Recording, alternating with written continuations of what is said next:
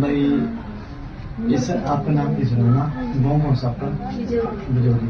तो आपको दिक्कत थी, एक तो सर्वाइकल की थी और माइग्रेन तो नहीं था, और एक पीछे बैक पेन मतलब कमर के अंदर दर्द, एक पूरी लात के अंदर दर्द ज्यादा।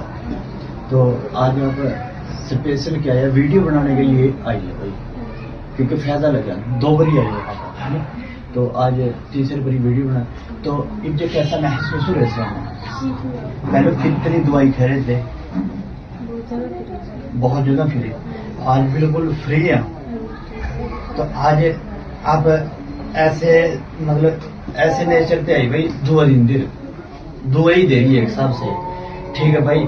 वीडियो का बनाने का मकसद यही है कि वीडियो ने ज्यादा से ज्यादा शेयर करा, लाइक करा, किसी माँ बेटी या बहन भाई किसी की भी जान बचा, ठीक है भाई, ज्यादा से ज्यादा भाई शेयर करा। जज़ाकल्लाह। 70%